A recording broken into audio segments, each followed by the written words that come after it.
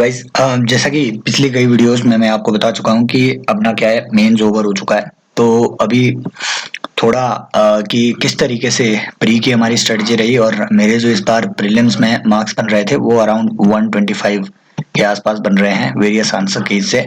अब एग्जैक्टली क्या इनके आंसर्स रहते हैं वो यूपीएससी ही बता पाएगा, क्योंकि पिछले साल की जो आंसर कीज आई थी वो काफ़ी ज़्यादा कह सकते हैं कि हम अनरिलायबल उन आंसर्स के को कह सकते हैं। तो इस डिस्कशन में हम ये चीजें नहीं देख रहे हैं कि इनके करेक्ट आंसर्स क्या है। नो, वो चीजें कि किस तरीके से मैंने बहुत सारी टेक्निक्स का यूज करके यहाँ तक अपने स्कोर को पहुंचाया अराउंड 125, क्योंकि इस साल माना जा रहा है कि जो कट ऑफ है वो और कम जा सकती है, 80 तक जनरल की कट ऑफ जा सकती है, तो 125 is a good score, right. तो बहुत सारी ऐसी चीजें रही जो मेरे लिए हेल्पफुल रही, राइट, जिससे कि मैं इतना ज्यादा अपना स्कोर बना पाया। इसमें लास्ट ईयर भी मेरे स्कोर काफी अच्छा हो रहा था प्रीलिम्स में, लेकिन सी सेट में मैं 0.17 मार्क्स से रह गया था, राइट। तो अभी देखते हैं, ऑलरेडी हम ये सारे क्वेश्चंस डिस्कस कर चुके हैं कि कौन सी टेक्निक्स के थ्रू मैंने ये सब क्वेश्चंस अटेम्प्ट किए थे। अब चलते हैं यहाँ से आगे 61st क्वेश्चन पे, राइट। अगेन मैं आपको कह रहा हूँ कि हम यहाँ टेक्निक्स देखेंगे और ये जो अटेम्प्टेड चीजें हैं ये एग्जैक्टली वो अटेम्प्ट्स हैं जो मैंने लगाए हुए हैं वहां पे, राइट। और अभी जो साइंस एंड टेक का सेक्शन है वो हम यहाँ डिस्कस कर रहे हैं, और इस बार का जो साइंस एंड टेक है कंपैरेटिवली बहुत इजी आया हुआ था। हर एक क्वेश्चन में इन्होंने लॉजिक पूछा हुआ था, जिसने वो लॉजिक पकड़ लिया उसका वो आंसर सही रहता। मेरे मोस्टली साइंस एंड टेक और एनवायरनमेंट के मोस्टली लगभग सारे क्वेश्चंस ठीक हुए, सिवाय 2-3 क्वेश्चंस के जो मेरे उसमें गलत मार्क हुए। देखो ये क्वेश्चन था ओपन सोर्स डिजिटल प्लेटफॉर्म पे, right. Open source digital platform, देखो ये क्या होते हैं, आप सभी को पता है कि ये कुछ ऐसे ऐसे डिजिटल प्लेटफॉर्म होते हैं जिसका जो कोड है ये ओपनली अवेलेबल रहता है, राइट। कोड इसका ओपनली अवेलेबल है, कोई भी आदमी आकर के इस कोड को असेस कर सकता है और इसमें जो भी चेंजेस लाने हैं उस ऐप को बेटर बनाने के लिए, राइट, उस कोड में जो भी चेंजेस लाने हैं वो कोई भी आदमी सजेस्ट कर सकता है। ये ओपनली पब्लिक के लिए अवेलेबल रहता है कोड, राइट।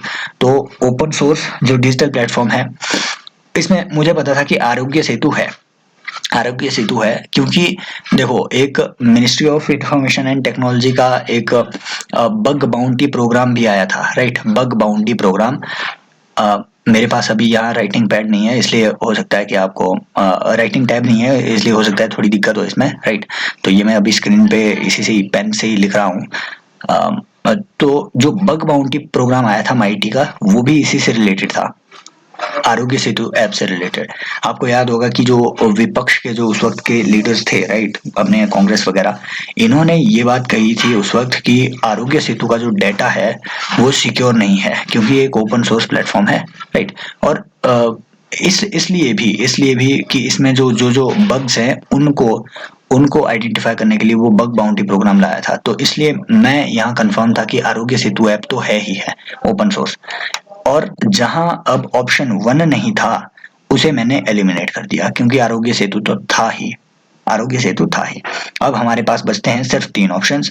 फिर इसमें डिजी लॉकर भी मुझे लग रहा था क्योंकि ये एक पब्लिक प्लेटफॉर्म है तो ओपन सोर्स होना चाहिए, राइट। अगर आरोग्य सेतु हो सकता है, अगर आरोग्य सेतु हो सकता है तो डिजी लॉकर क्यों नहीं भाई, क्योंकि ये भी तो वैसा ही सरकारी प्लेटफॉर्म है। अगर ये हो सकता है तो आई गॉट दीक्षा क्यों नहीं, राइट। दीक्षा में भी जो भी आपका जो कंटेंट होता है, right, Diksha app is basically related to e learning, तो उसमें जो कंटेंट होता है वो आम लोग ही वहां पे देते हैं, राइट। तो अगर दीक्षा को बेटर बनाना है, सरकार क्यों नहीं चाहेगी कि कोई भी प्राइवेट इंडिविजुअल आकर के कोड को बेटर बनाने की कोशिश करे, चाहेगी भाई। तो मैंने ये सारे लॉजिक लगाए और फिर 1 2 3 एंड 4 ये मैंने ऑप्शन मार्क किया और इन लॉजिक्स से ये वाला मेरा जो क्वेश्चन है वो सही हुआ, राइट। तो इस तरीके से आप चीजें कंपेयर कर सकते हैं। जैसे देखो ये वेब 3.0 पे आया हुआ था क्वेश्चन, ये बहुत ज्यादा न्यूज में था इस बार। वेब 3.0, वेब 4.0, राइट, ये सारी चीजें इसलिए न्यूज में थी क्योंकि एक नई टर्म आई थी, मेटावर्स माने एक ऑनलाइन वर्ल्ड, राइट, एक वर्चुअल वर्ल्ड जिसमें हर किसी की अपनी एक वर्चुअल आइडेंटिटी है और उसके अपने वर्चुअल एसेट्स भी हैं। वो अपनी वर्चुअल लाइफ उसमें जी रहे हैं, एक तरीके की आइडेंटिटी क्रिएट कर दी गई है मेटावर्स। तो वो डील करता है आपका वेब 5.0 से रिलेटेड, राइट, वेब 5.0 या 4.0 से रिलेटेड। लेकिन इन्होंने वेब 3.0 पे पूछ लिया। देखो मुझे इसकी उतनी नॉलेज नहीं थी वेब 3.0 क्या है 2.0 क्या है, लेकिन यहाँ मैंने जो इसके ऑप्शन थे उसके एनालिसिस से मैंने इसको ये करेक्ट करने की कोशिश की। देखो पूछा हुआ है कि स्टेटमेंट क्या है, इसमें करेक्ट स्टेटमेंट क्या है ये पूछा हुआ है।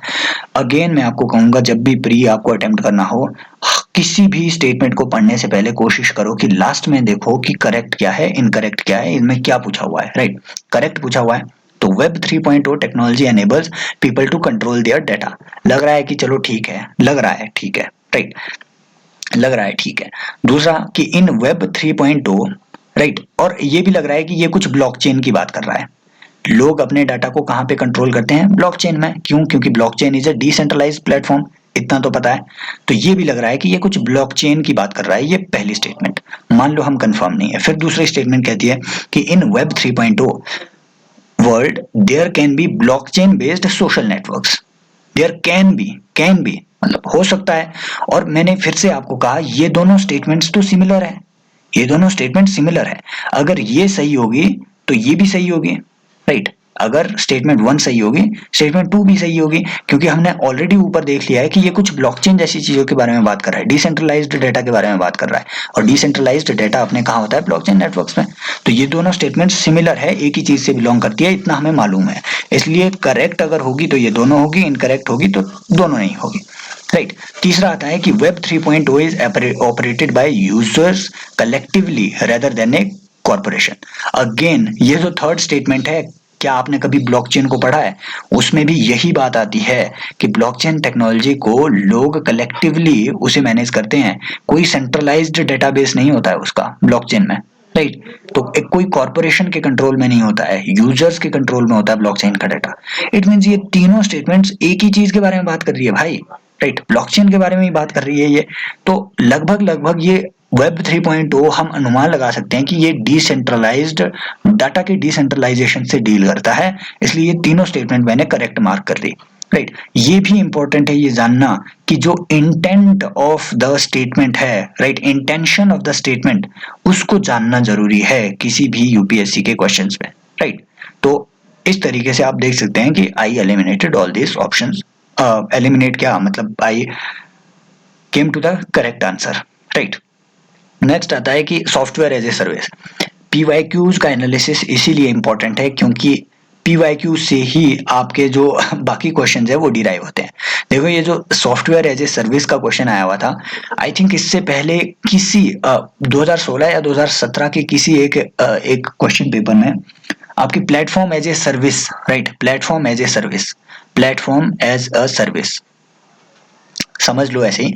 तो प्लेटफॉर्म एज ए सर्विस किसी ऑप्शन में दिया हुआ था, मुझे इतना याद आ रहा था कि, और प्लेटफॉर्म एज ए सर्विस पे मैंने थोड़ा सा जाना था कि प्लेटफॉर्म क्या होता है, कि भैया कोई भी अपना प्लेटफॉर्म क्रिएट कर देगा, जैसे ऊबर हो गया, ऊबर एक प्लेटफॉर्म हो गया, और इस पे बाकी सारे जो टैक्सी ड्राइवर्स है वो खुद को रजिस्टर करते हैं। राइट, और ऊबर जो कंपनी है वो अपने प्लेटफॉर्म को एज ए सर्विस प्रोवाइड कर रही है इन सभी ड्राइवर्स के लिए और कस्टमर्स के लिए, ये हुआ platform as a service.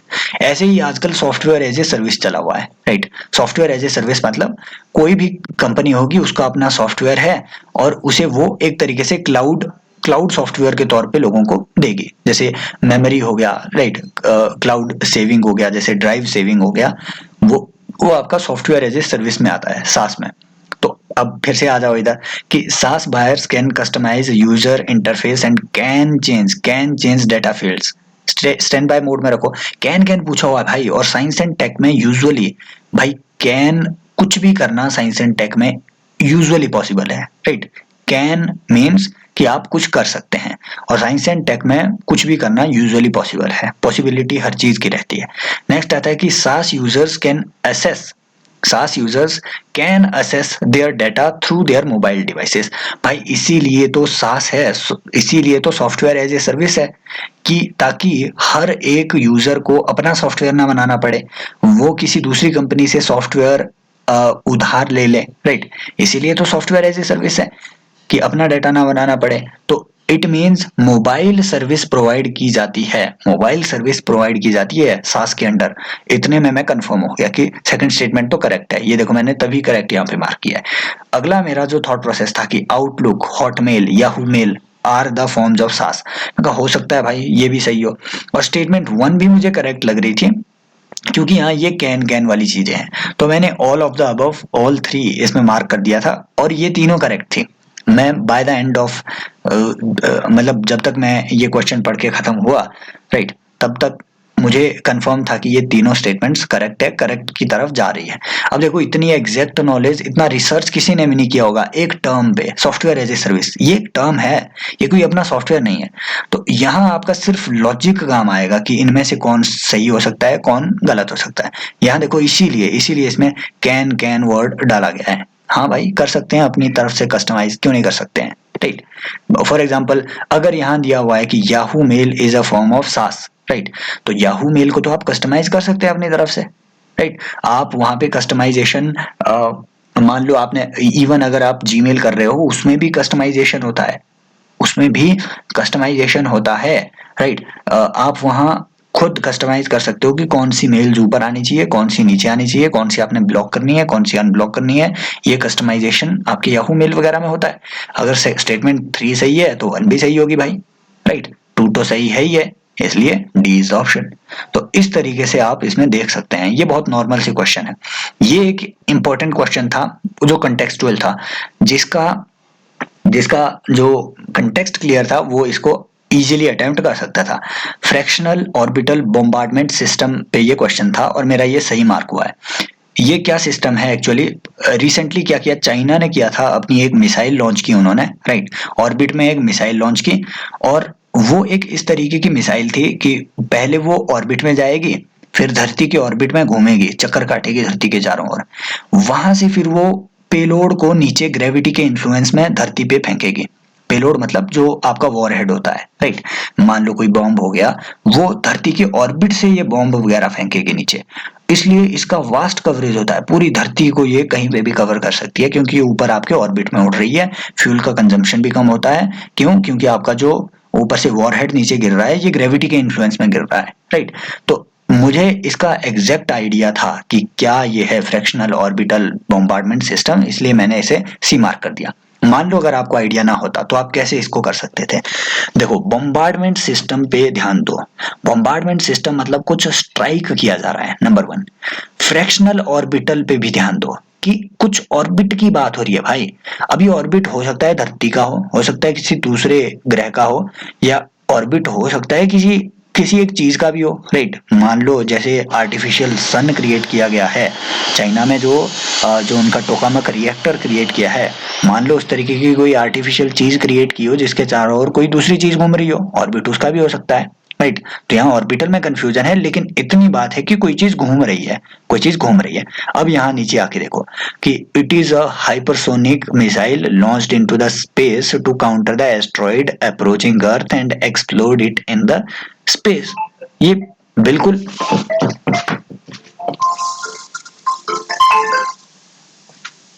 Sorry guys, एक कॉल आ गई थी, राइट, तो सॉरी उसके लिए। तो ये बिल्कुल भी मतलब, ये तो आपके डार्ट मिशन की बात कर रहा है, सिंपल।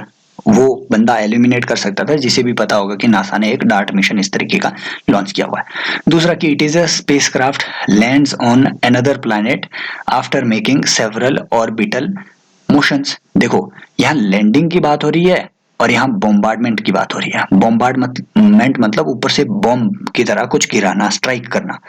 तो ये भी यहाँ पे बी भी गलत हो जाता है। थर्ड को स्टैंड बाय में रखो। फोर्थ देखो, it is a space craft. देखो, इन तीनों चीजों में एक बात है कि इसमें स्पेस स्पेस की बात हुई है इन तीनों स्टेटमेंट्स में।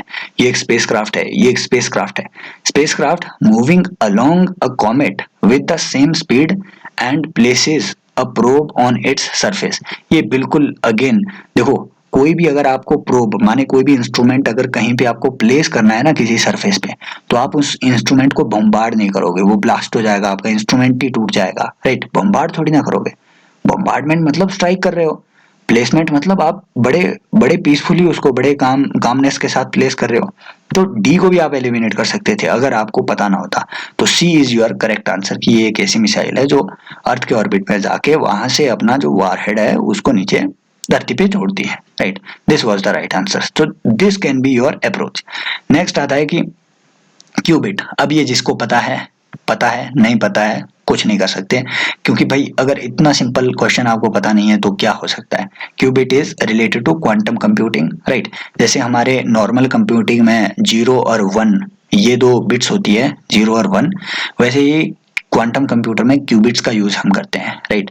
इन क्यूबिट्स में 0 और 1 की पोजिशनिंग साइमल्टेनियस होती है, मतलब एक ही बिट साइमल्टेनियसली 0 पे होगी, एक ही बिट साइमल्टेनियसली 1 पे होगी। ये इतनी फास्ट मूवमेंट होती है इसमें, राइट। इसीलिए जो क्वांटम कंप्यूटिंग की एक्यूरेसी है वो इतनी ज्यादा है और कंप्यूटिंग की स्पीड इतनी फास्ट है, राइट। इसे ही हम सुपर पोजिशन भी कहते हैं। सुपर पोजिशन कि एक ही टाइम में दो जगह वो पोजिशनड है, राइट। नेक्स्ट आता है आपका कि कम्युनिकेशन टेक्नोलॉजी के बारे में इनमें से क्या क्या चीजें करेक्ट है। देखो, आई थिंक मैंने ये आंसर रॉन्ग मार्क किया हुआ है, लेकिन इस आंसर में मेरा थॉट प्रोसेस क्या था वो इंपॉर्टेंट है। कि इनमें पूछा हुआ है कि शॉर्ट रेंज डिवाइसेस टेक्नोलॉजी, इसमें से क्या क्या चीजें हैं short range technologies, right. Short range communication technologies, ये इसमें पूछा हुआ है। 3 यहाँ टेक्नोलॉजी दी हुई है। पीवाईक्यूज को जानना इसलिए भी इंपॉर्टेंट है क्योंकि ऐसा ही एक क्वेश्चन आई थिंक 2018 या 2019 में पूछा गया था, और वो क्वेश्चन आपके एक एक सेंटीमीटर स्केल में जो कम्युनिकेशन होती है उस पे एक क्वेश्चन पूछा गया था, राइट, आई थिंक। तो मैं उस कम्युनिकेशन टेक्नोलॉजी को अभी फॉरगेट कर रहा हूँ, right. I am not able to recall its name. मैंने उस पर एक लेक्चर लिया हुआ है एक्चुअली, राइट। आपको नीचे नीचे चल के उस टेक्नोलॉजी पे एक वो RFID की तरह ही एक टेक्नोलॉजी है, मैं उसका नाम बोल रहा हूँ, राइट। तो ऐसा ही एक क्वेश्चन वहां पूछा गया था। अब अगेन ऐसा क्वेश्चन पूछा गया है कि consider the following communication technologies, और इनमें से शॉर्ट रेंज कौन कौन सी है। एक आता है कि क्लोज्ड सर्किट टेलीविजन। कुछ पता नहीं चल रहा था मेरे को, मैं कहा हो सकता है कि ये हो, स्टैंड बाय मोड में रखो। रेडियो फ्रीक्वेंसी आइडेंटिफिकेशन, मैंने कहा ये तो है ही है। क्यों? क्योंकि देखो RFID जो टेक्नोलॉजी है ये फास्ट टैग में भी यूज होती है, राइट। आजकल जो आपका फास्ट टैग है उसमें RFID टेक्नोलॉजी यूज हो रही है। और आपकी जो ये फास्ट टैग है, क्या आप ये 100-150 मीटर दूर से यूज करते हैं? नहीं, ये तो सेंसर के बिल्कुल पास आना होगा, 8-10 मीटर के नजदीक आना होगा, राइट। इसलिए ये शॉर्ट रेंज की है। तो सेकंड ऑप्शन जहां जहां है वही करेक्ट होगा। थर्ड कि वायरलेस लोकल एरिया नेटवर्क, मैंने इस ऑप्शन को एलिमिनेट कर दिया था, वायरलेस लोकल एरिया नेटवर्क को, राइट। क्योंकि मुझे लगा कि ये जो लोकल एरिया नेटवर्क है ये काफी बड़े एरिया में, मतलब लोकल एरिया में फैलता होगा, एक सिटी के लेवल में फैलता होगा। एक्चुअली वो एक वैन होता है, वाइड एरिया नेटवर्क, जो सिटी के लेवल पे फैला होता है, राइट। इसलिए इसके एग्जैक्ट ऑप्शन यहाँ डी होना था, right, all of the above. लेकिन आई मार्क्ड ए। देखते हैं यूपीएससी क्या इसका अपना वो रहता है, राइट। यूपीएससी का आंसर की में most of the answer keys कह रही हैं कि the option is D rather than A. This was my thought process. Next आता है कि consider the following statements about biofilm. देखो, ये बायोफिल्म के बारे में ये क्वेश्चन है। पहला कहता है कि biofilm can form on medical implants with in human tissues, right. देखो, पहला कह रहा है कि जो आपके ह्यूमन टिश्यूज हैं उस पे बायोफिल्म बन सकती है। अब जिसको बायोफिल्म का अंदाजा है, बायोफिल्म क्या होती है, बेसिकली एक लेयर बन जाती है आपके जो बायोलॉजिकल एजेंट्स होते हैं, राइट। जैसे बैक्टीरिया हो गया, उसकी लेयर बन गई, मान लो फंजाई हो गया, उसकी लेयर बन गई, राइट। आपके जो ताजमहल है, ये न्यूज में इसलिए थी बायोफिल्म क्योंकि जो आपका ताजमहल है उस पे बायोफिल्म बन गई थी, राइट। एक लेयर बन गई थी बैक्टीरिया और फंजाई की, जिसकी वजह से ताजमहल जो है काला होता जा रहा था, राइट। तो इसलिए ये न्यूज में थी। तो बायोफिल्म ये तो करेक्ट है कि ह्यूमन टिश्यूज पे बन सकती है, भाई बन सकती है, राइट। कैन फॉर्म की बात हुई है, हो सकता है कि बन रही हो। दूसरा कि biofilm can form on food and food processing services, भाई बिल्कुल, अगर ताजमहल पे बन रही है, संगमरमर पे बन रही है, तो फूड पे क्यों नहीं बनेगी? फूड में तो लगता ही है फंजाई, तो बिल्कुल ये भी ठीक ही होगा कि biofilm can exhibit antibiotic resistance, कि जो आपकी बायोफिल्म है, राइट, जो आपकी बैक्टीरिया वगैरह है उनमें एंटीबायोटिक रेजिस्टेंस आ सकती है कि भैया जो भी आप एंटीबायोटिक दवाएं उन पे यूज करेंगे वो उसके लिए रेजिस्टेंट होंगी, वो दवाएं उन पे असर नहीं कर सकती। भाई नॉर्मल बैक्टीरिया भी एंटीबायोटिक रेजिस्टेंस एग्जिबिट करता है, तो बायोफिल्म क्यों नहीं? तो कैन यहाँ पे यूज हुआ है, पॉसिबिलिटी तो साइंस में हर चीज की होती है, इसलिए डी मैंने ऑप्शन मार्क कर दिया और ये एकदम सही वहां पे ऑप्शन था, राइट। तो इस तरीके से आप देखेंगे साइंस एंड टेक के क्वेश्चंस कितने इजी थे।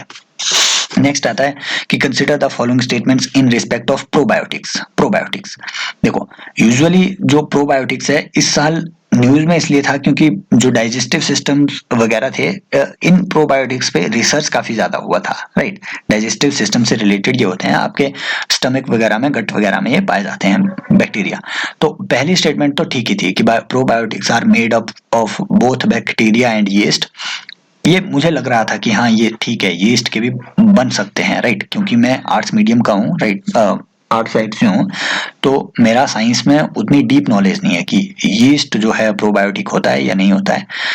अब दूसरी स्टेटमेंट देखो, दूसरी स्टेटमेंट कहती है कि organisms in probiotics are found in foods we ingest but they do not naturally occur in our गट।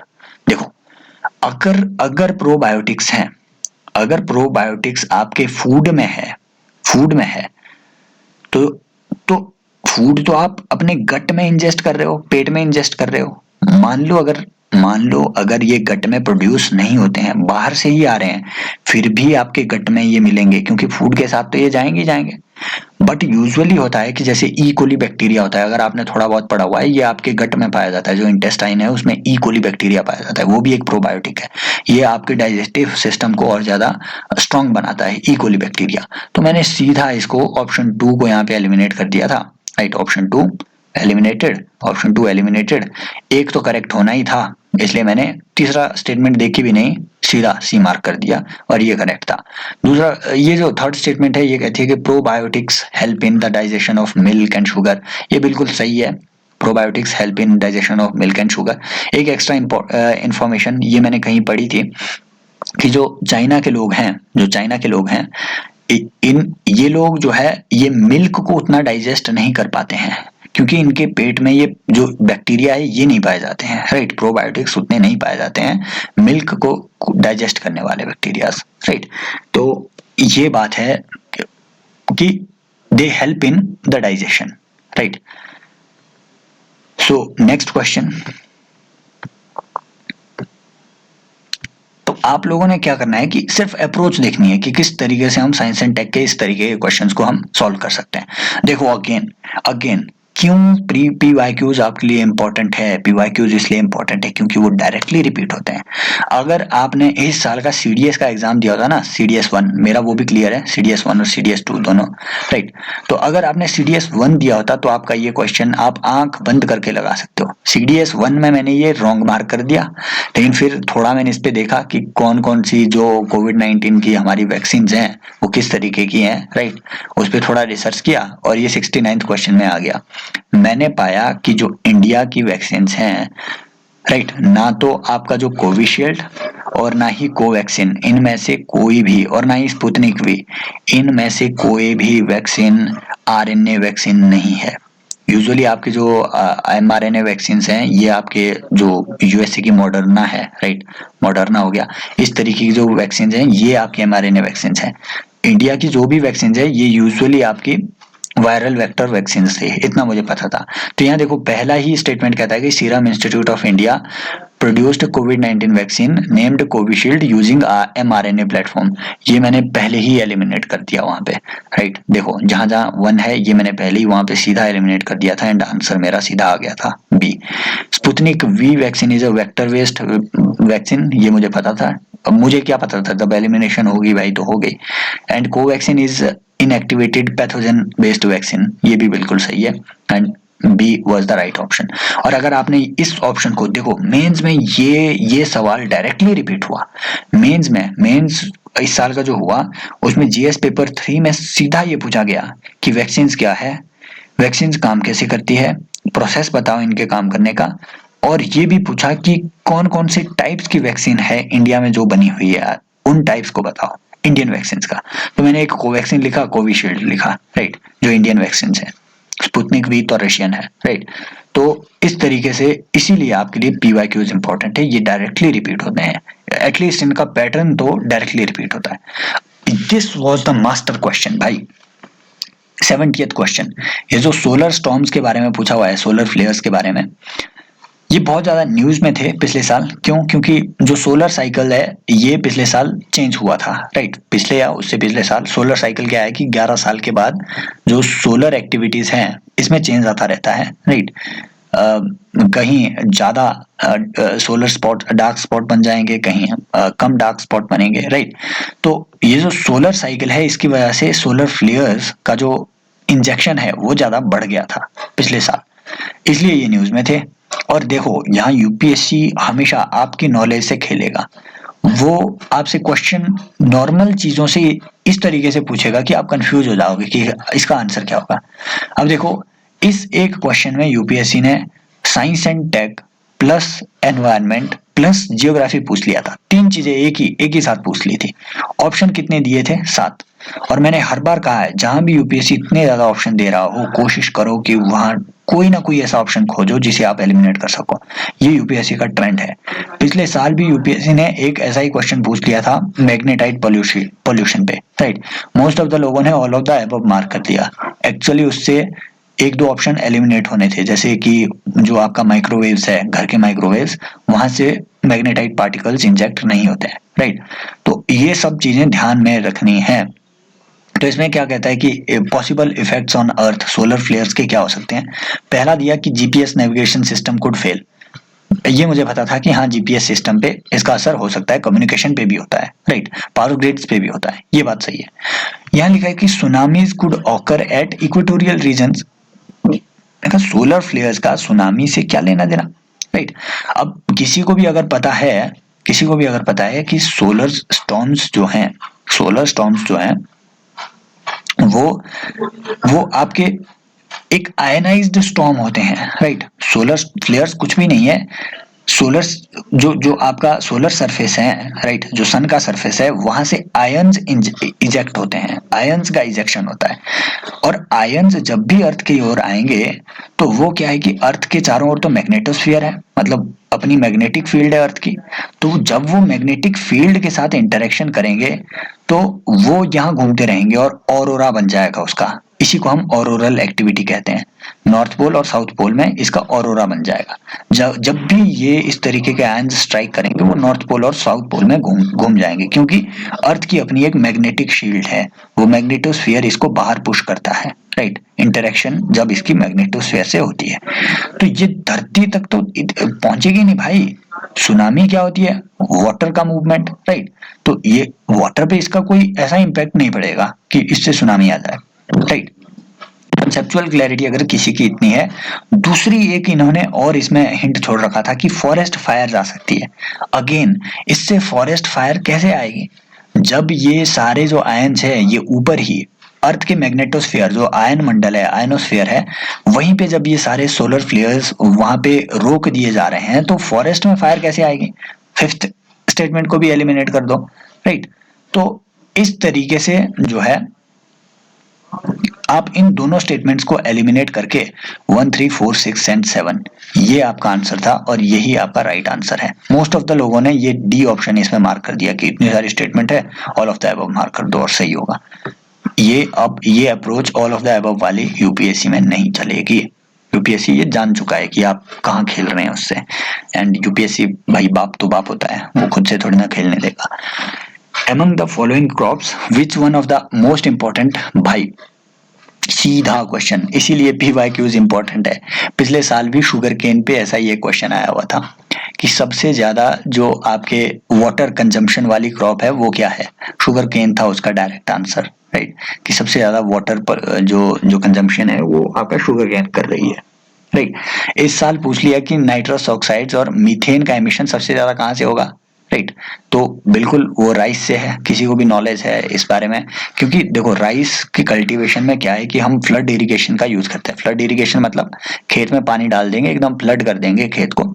अब जब फ्लड इरिगेशन का यूज हो रहा है तो धरती के अंदर मतलब जो भी ह्यूमस का कंटेंट है वो सड़ेगा, पानी की प्रेजेंस में और ऑक्सीजन की एब्सेंस में जब वो सड़ेगा तो उससे मीथेन निकलती है, नाइट्रस ऑक्साइड्स निकलेंगे, सबसे ज्यादा वो राइस कल्टीवेशन में निकलेंगे क्योंकि यहाँ हमेशा ये फ्लडेड रहती है फील्ड। तो ये इसका कॉन्सेप्ट है, राइट। ये डायरेक्ट क्वेश्चन था। Again system of rice intensification, ये मेरे अपने नोट से डायरेक्टली था, इस पे मैंने नोट्स बना रखे थे, राइट। तो क्या है कि अपना ये आजकल जो सिस्टम ऑफ SRI टेक्निक है ये काफी ज्यादा अडॉप्ट की जा रही है, स्पेशली जो महाराष्ट्र के एरिया है, जो सूखे एरिया है, राइट, सूखे एरियाज में ये ज्यादा आपकी यूज की जा रही है। तो इसमें पूछा हुआ है कि इस सिस्टम ऑफ राइस इंटेंसिफिकेशन की जो ये टेक्निक है इसके रिजल्ट्स क्या होंगे। रिड्यूस्ड सीड रिक्वायरमेंट, बिल्कुल सही बात। अब क्यों? क्योंकि सिस्टम ऑफ राइस इंटेंसिफिकेशन में क्या होता है कि आपके ऑलरेडी जो बेड्स हैं आप उन पे जो है उनकी प्लफिंग नहीं करेंगे, राइट, उनकी प्लफिंग नहीं करेंगे आप उन पे फिर से हल नहीं चलाएंगे, डायरेक्टली आप वहां पे सीड शो करेंगे, राइट, पॉइंट वाइज वहां पे सीड शो करेंगे और एक पैटर्न में उसे सीड को आप शो करेंगे, सीड को आप एक पैटर्न में बीजेंगे, राइट, उसमें हल नहीं चलाएंगे, इस तरीके से थ्रो नहीं करेंगे सीड्स को, बिल्कुल उसी पॉइंट पे जहां आपने पिछले साल बीजा था उसी पॉइंट पे इस साल भी बीजेंगे, राइट। इससे क्या है कि सीड की रिक्वायरमेंट आपकी कम होती है। अदरवाइज अगर ऐसे आप फेंकेंगे, जैसे आपने टीवी में देखता होगा किसानों को बीज फेंकते हुए खेतों में, तो उससे सीड की तो ज्यादा लागत आएगी भाई। दूसरा कि रिड्यूस्ड मीथेन प्रोडक्शन, देखो इस सिस्टम ऑफ राइस इंटेंसिफिकेशन की एक इंपॉर्टेंट बात है कि इसमें आप फ्लड इरिगेशन का यूज नहीं करते हैं। फ्लड इरिगेशन मतलब खेतों को फ्लड नहीं करना पड़ता है। इसमें आप देखो अगेन यहाँ पे अल्टरनेट वेटिंग एंड ड्राइंग यहाँ दिया हुआ है कि इस सिस्टम में इन्होंने ऑलरेडी बता रखा है कि इस सिस्टम में आप अल्टरनेट वेट करते हैं, राइट, खेत को पहले गीला करेंगे फिर उसे ड्राई होने देंगे, फिर गीला करेंगे फिर ड्राई होने देंगे, 24 घंटे इसमें पानी नहीं डाला जाएगा, राइट। अब जब 24 घंटे इसमें पानी नहीं होगा मींस मीथेन का प्रोडक्शन रिड्यूस्ड होगा। देखो ये दोनों क्वेश्चन जो है ना ये एक ही चीज से डील करते हैं, एक ही टॉपिक से उठाए हुए हैं ये दोनों चीजें इन्होंने, राइट, एक ही जगह से। और इस बार अगर आप मेंस देखोगे तो मेंस में भी आप देखोगे बहुत सारे क्वेश्चन ऐसे हैं जो एक ही चीज से रिपीट हुए हैं मेंस में, एक ही पेपर में एक ही टॉपिक से कई क्वेश्चंस रिपीट हुए हैं और आदमी कंफ्यूज हो जाएगा कि ऊपर भी के क्वेश्चन में भी आप ऐसा ही लिख रहे हो, नीचे के क्वेश्चंस में भी ऐसा ही लिख रहे हो। स्पेशली एथिक्स में जितनी भी केस स्टडीज थी ऐसा फील हो रहा था कि मैं वही चीजें रिपीट कर रहा हूँ बार बार, एक ही सब्जेक्ट मैटर से सारी केस स्टडीज डील कर रही थी। यूपीएससी डाइवर्सिटी ऑफ थॉट चाहता है आपसे कि आप एक ही क्वेश्चन का आंसर किस तरीके से अलग अलग तरीके से दे सकते हो, ये उनकी टेक्निक हो गई है, राइट। प्री में भी यही है। अब देखो अगर अल्टरनेट वेटिंग एंड ड्राइंग होगा, मैंने आपको बता दिया कि मीथेन की प्रोडक्शन रिड्यूस हो जाएगी, राइट, क्योंकि जो ऑक्सीजन की जो एब्सेंस है वो घट जाएगी। अब पानी अगर आप फ्लड करोगे, फ्लड इरिगेशन अगर करोगे तो जो आपका ऑक्सीजन है वो कहाँ आपकी मिट्टी के साथ इंटरेक्ट कर पाएगी, पानी भरा होगा उसमें भाई, है ना। और ऑक्सीजन के एब्सेंस में हमें मालूम है कि मीथेन प्रोड्यूस होगी, राइट, एनारोबिक ऑक्सीडेशन से। तो ये भी होगा रिड्यूस्ड मीथेन प्रोडक्शन, ये बात सही है। रिड्यूस्ड इलेक्ट्रिसिटी कंजप्शन, ये कैसे होगी भाई?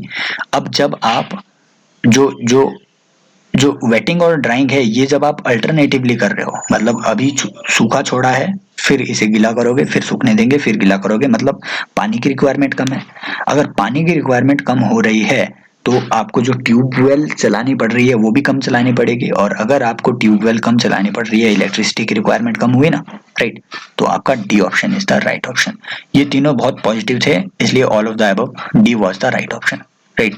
तो इस तरीके से आप इन चीजों को अलग अलग तरीके से कॉन्सेप्ट्स को तोड़ के आप ये चीजें कर सकते हो। ये मैंने अपना एकदम गलत मैंने ये मार्क किया, इसका आंसर था ये लेक फैगवी पाइन। ये मेरे को बिल्कुल भी नॉलेज नहीं थी इस चीज की, पता नहीं क्यों मैंने लेक ओगुटा लगा दिया, लेकिन मैंने जिस तरीके से एलिमिनेट किया ऑप्शंस को ये इंपॉर्टेंट है। तरीका क्या था पूछा हुआ है देखो इसमें कि which of the following lakes of West Africa, West Africa की बात हो रही है। अगर आपको मैप की नॉलेज है फिर भी आप आंसर के क्लोज पहुंच सकते थे। वेस्ट अफ्रीका की बात हो रही है। Has become dry and turned into a desert, कि इनमें से कौन सी लेक्स जो वेस्ट अफ्रीका में सिचुएटेड है वो ड्राई हो चुकी है और एक डेजर्ट बन चुकी है। देखो सबसे पहले तो मैंने ये लेक विक्टोरिया को एलिमिनेट कर दिया, राइट, लेक विक्टोरिया को एलिमिनेट कर दिया क्योंकि लेक विक्टोरिया आपकी वेस्ट अफ्रीका में नहीं है, ये ईस्टर्न साइड में आपको देखने को वहां पे मिलेगी। जो आपके जो केन्या, तंजानिया और युगांडा जैसी कंट्रीज है वो लेक विक्टोरिया को टच करती है वहां पे, राइट, बॉर्डर करती है उस लेक विक्टोरिया को। तो ये ईस्ट अफ्रीका में है, हॉर्न ऑफ अफ्रीका के साथ है, इसलिए मैंने इसे एलिमिनेट कर दिया सबसे पहले। फिर मैंने लेक वोल्टा को एलिमिनेट कर दिया, भाई ये तो अपने रशिया के एरिया में ऊपर पड़ती है, ये कहाँ अफ्रीका में आई, इसे भी मैंने एलिमिनेट कर दिया। लेक ओकुटा और इस फैगुई बाइन में मैं थोड़ा कंफ्यूज्ड था, आंसर इसका बी है लेकिन मैंने सी मार्क कर दिया, लेकिन फिर भी आंसर के क्लोज आप एलिमिनेशन से कैसे आ सकते हो, मैपिंग की नॉलेज से। इस बार मैपिंग से 8-10 क्वेश्चन पूछ लिए थे, इतनी ज्यादा वेटेज। नेक्स्ट आता है कि Gandikota canyon of south India, ये मैंने बिल्कुल भी फिर अटेम्प्ट ही नहीं किया क्योंकि पिछले साल मैंने ऐसा ही एक क्वेश्चन जो आई थिंक नर्मदा गॉर्ज पे पूछा हुआ था, राइट, जो वहां पे आपकी नर्मदा के जो आसपास जो आपकी पालनी हिल्स पड़ती है, राइट, तो उन हिल्स पे एक क्वेश्चन आया हुआ था, मैं फॉरगेट कर रहा हूँ उस क्वेश्चन को, I am not able to remember exactly कि वो क्वेश्चन क्या था। तो मैंने वो वहां पे अटेम्प्ट करने की कोशिश की थी लेकिन वो मेरा गलत अटेम्प्ट हो गया, इसलिए मैंने उसे छोड़ दिया। इस बार भी छोड़ दिया कि इस बार भाई ये गलती होगा। आई थिंक इसमें पेन्नार रिवर की ये बात कर रहा है जहां तक मुझे मालूम है, राइट, साउथ इंडिया में Pennar, I think Pennar river की ये बात कर रहा है, राइट।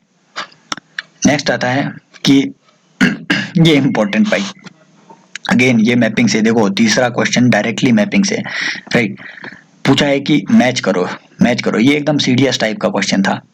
नामचा बारवा इसमें पूछ लिया, गढ़वाल, हिमालय, नामचा बारवा पर्वत, भाई किसी को भी पता है नामचा बारवा आपके अरुणाचल प्रदेश में पड़ा, गढ़वाल हिमालय आपके पौड़ी गढ़वाल कहाँ है, उत्तराखंड में पड़ा।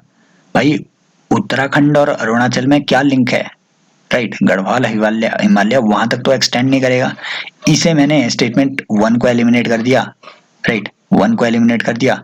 फिर तीसरे को देखो, नोकरेक, नोकरेक जो नेशनल पार्क है ये कहाँ है आपके, ये आपके मेघालय में है।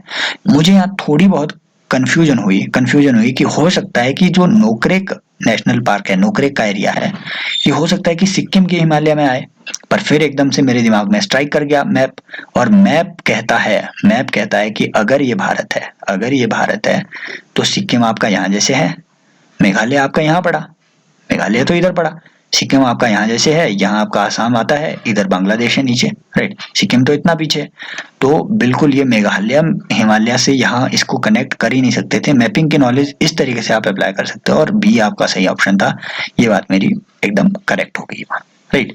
This is the way you eliminate the things. Next आता है, ये पता नहीं मैंने क्यों ऐसे मार्क कर दिया, लुक अगेन यूपीएससी पूछ कैसे रहा है चीजों को, ये बात ध्यान से देखो, वो कुछ भी चीज आपसे डायरेक्टली पूछ नहीं रहा है।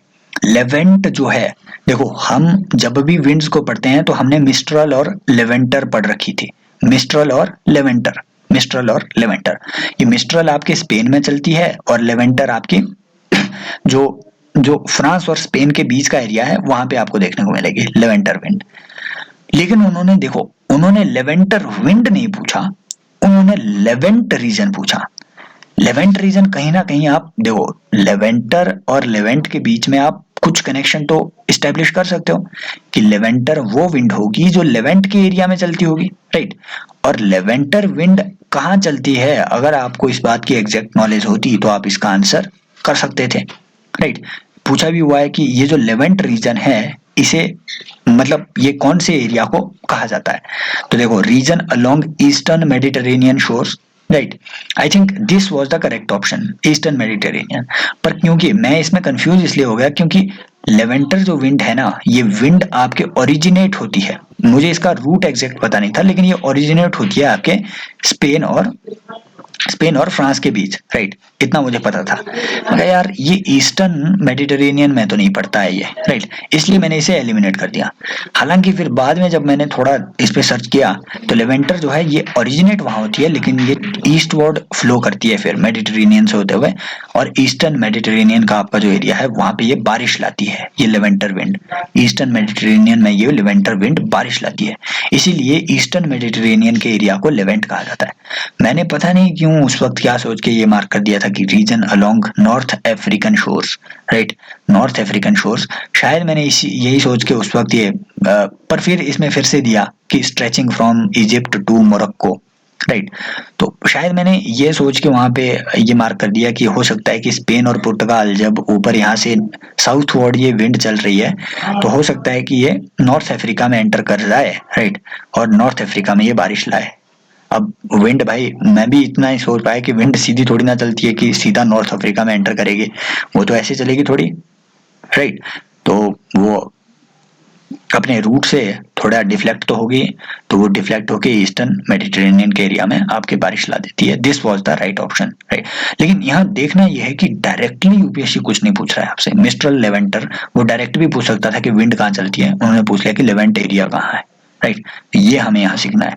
अगेन अफगानिस्तान क्राइसिस पे उन्होंने मैपिंग पे पूछ लिया, चौथा क्वेश्चन लगातार, पांचवा क्वेश्चन मैपिंग पे कि इनमें से कौन कौन सी कंट्रीज है। देखो सीधा इसमें कुछ नहीं करना था, अगर आपको पता भी नहीं था, एलिमिनेशन की गेम थी कि अजरबैजान, इसे तो सबसे पहले एलिमिनेट कर दो। अफगानिस्तान को कहाँ बॉर्डर करेगा अजरबैजान भाई, अजरबैजान तो यहाँ पड़ा कहीं, राइट। अर्मेनिया अजरबैजान का नागोर्नो कराबाख रीजन वाला जो आपका कॉन्फ्लिक्ट है ये आपको पता ही होगा। अजरबैजान के बाद आपका कजाकिस्तान इधर को आता है, इधर आपका कैस्पियन सी आ गया, राइट। फिर जाके आप मतलब कहाँ दूर पे आप बात कर रहे हैं, अफगानिस्तान तो यहाँ है इंडिया के पास, तो इसे ही एलिमिनेट कर दो। अगर आपके पास थोड़ी सी मैपिंग की नॉलेज होती तो स्टेटमेंट 1 को एलिमिनेट करके ही आप इस यहाँ तक पहुंच सकते थे। ये one of the easiest question था अगर मैपिंग की आपकी थोड़ी बहुत भी नॉलेज होती, राइट। नेक्स्ट आता है मोनेजाइट पे, राइट, मोनेजाइट पे कि रेयर अर्थ मिनरल्स के बारे में इसमें पूछा हुआ था। आई डोंट नो मैंने ये सही मार्क किया या नहीं, देखते हैं इसमें, right. Monazite is a source of rare earth, मैं कहा हो सकता है, ये मैंने स्टैंड बाय मोड में रखा। फिर मैंने देखा कि मोनेजाइट कंटेन्स थोरियम। अब फिर मोनेजाइट को पढ़ के मुझे लग रहा था कि ये कुछ रेत की बात हो रही है, रेत टाइप की बात हो रही है, राइट। मोनेजाइट मोनेजाइट मतलब कुछ ऐसे सैंड पार्टिकल के बारे में ये बात चल रही होगी, तो मैंने इसे भी स्टैंड बाय में रखा, हो सकता है कि ऐसा होता होगा। फिर मैंने देखा कि monazite occurs naturally in the entire Indian coastal sand in India. ये दोनों स्टेटमेंट कभी भी साथ नहीं हो सकती थी, राइट। क्योंकि हमें पता है, इतना मुझे मालूम था कि इंडिया की जो थोरियम रिजर्व है ये मोस्टली आपकी जो ईस्टर्न कोस्ट है, जो आपकी केरला की कोस्ट है, तमिलनाडु की जो साउथ केरला की कोस्ट और फिर तमिलनाडु की आपकी जो ईस्टर्न कोस्ट है, सबसे ज्यादा वो यहाँ थोरियम रिजर्व यहाँ पे पाए जाते हैं, तमिलनाडु की कोस्ट में, राइट, साउथ की कोस्ट में। एंटायर कोस्ट में तो नहीं होगा, राइट। एंटायर कोस्ट कैसे, मतलब आप अगर देखो अगर आप वेस्ट बंगाल में जाओ वहां तो सिल्ट पाई जाती है वहां पे, राइट। इतनी पुरानी सैंड थोड़ी ना पाई जाएगी वहां पे जिससे कि आप थोरियम निकाल सको। तो ये दोनों स्टेटमेंट कॉन्फ्लिक्टिंग थी, ये दोनों एक साथ एग्जिस्ट नहीं कर सकती थी। तो जहां जहां 2 और 3 साथ में थे सबसे पहले मैंने उसे एलिमिनेट किया, राइट। और फिर उसके बाद in India government bodies only can process export of monazite, ये बात लगती है, राइट, सही लगती है। क्यों? क्योंकि देखो हमारे पास अगर ये स्टेटमेंट 2 सही होती है, मोनेजाइट कंटेन्स थोरियम, अब लग भी रहा है कि अगर स्टेटमेंट 3 गलत है तो स्टेटमेंट 2 और स्टेटमेंट 1 सही होगी ही, राइट। स्टेटमेंट 2 सही होगी क्योंकि कुछ ना कुछ तो सही होगा भाई इतने ऑप्शंस में से, ऑप्शंस को भी तो देखो, ऑप्शंस को भी देखो। अब अगर स्टेटमेंट 2 सही है और अगर मोनेजाइट में थोरियम है तो हमारा जो न्यूक्लियर का एक्ट है, राइट, न्यूक्लियर एनर्जी का हमारा जो एक्ट है वो प्रोहिबिट करता है कोई भी private trade off nuclear elements, right, prohibit करता है। इनफैक्ट इसमें 2016 में आई थिंक अमेंडमेंट लाया गया था और जो 100% जो रिजर्वेशन है इस सेक्टर की वो गवर्नमेंट सेक्टर के लिए रखी गई कि जो एटॉमिक एनर्जी है ये सोलली गवर्नमेंट ऑफ इंडिया का अफेयर है। इंडिया में कोई भी प्राइवेट एजेंसी इसका ना ट्रेड कर सकती है ना एटॉमिक एनर्जी को प्रोड्यूस कर सकती है, राइट। तो थोरियम तो एक तरीके का आपका फिजाइल मटेरियल है, पोटेंशियल फिजाइल मटेरियल है, इसको कन्वर्ट किया जा सकता है फिजाइल मटेरियल में। तो ये एकदम तर्कसंगत बात लगती है, सही बात लगती है कि government bodies only can process export monazite. तो ये एकदम सही थी, मैंने ऑप्शन बी मार्क किया एंड आई थिंक ये मेरा ऑप्शन सही था उसमें, right. This was my thought process कि किस तरीके से आप स्टेटमेंट्स को कंपेयर कर सकते हो एक स्टेटमेंट को दूसरी स्टेटमेंट से। इन दोनों क्वेश्चंस को अभी यहाँ पे डिस्कस कर लेते हैं। 79th क्वेश्चन है कि longest day of the year. भाई ये तो एग्जैक्टली इतना मुझे पता था कि ये जून में पड़ता है और अराउंड 22 जून के आसपास पड़ता है, तो second half of the month of June, और ये मेरा राइट ऑप्शन था। ये पता नहीं मैंने क्यों इसमें गलत कर दिया, इसलिए क्योंकि मुझे लगा कि वाकई में होकेरा वेटलैंड जो है ये पंजाब में है। मैं भूल गया कि होकेरा वेटलैंड या होकेरसर मानसर, इतना मुझे याद आ रहा था कि जो होकेरसर मानसर भी कहते हैं, पर मैं ये भूल गया कि ये आपके J&K में पाया जाता है, होकेरा वेटलैंड पंजाब में नहीं है, राइट। रेणुका का मुझे मालूम था एग्जैक्टली कि ये हिमाचल प्रदेश में है, रुद्र सागर त्रिपुरा में है, ये भी मुझे मालूम था। और ये जो षष्टम कोट्टा है ये भी मुझे एग्जैक्टली मालूम था कि ये तमिलनाडु में नहीं है, ये तमिलनाडु में नहीं है, ये आपके षष्टम कोटा अष्टमुड़ी वगैरह ये केरला में पाया जाता है। तो स्टेटमेंट 4 तो मैंने एलिमिनेट कर दी, पर इसमें मैं कंफ्यूज हो गया, मैंने ओनली 3 पेयर्स मार्क कर दिए, होना ओनली 2 पेयर्स था।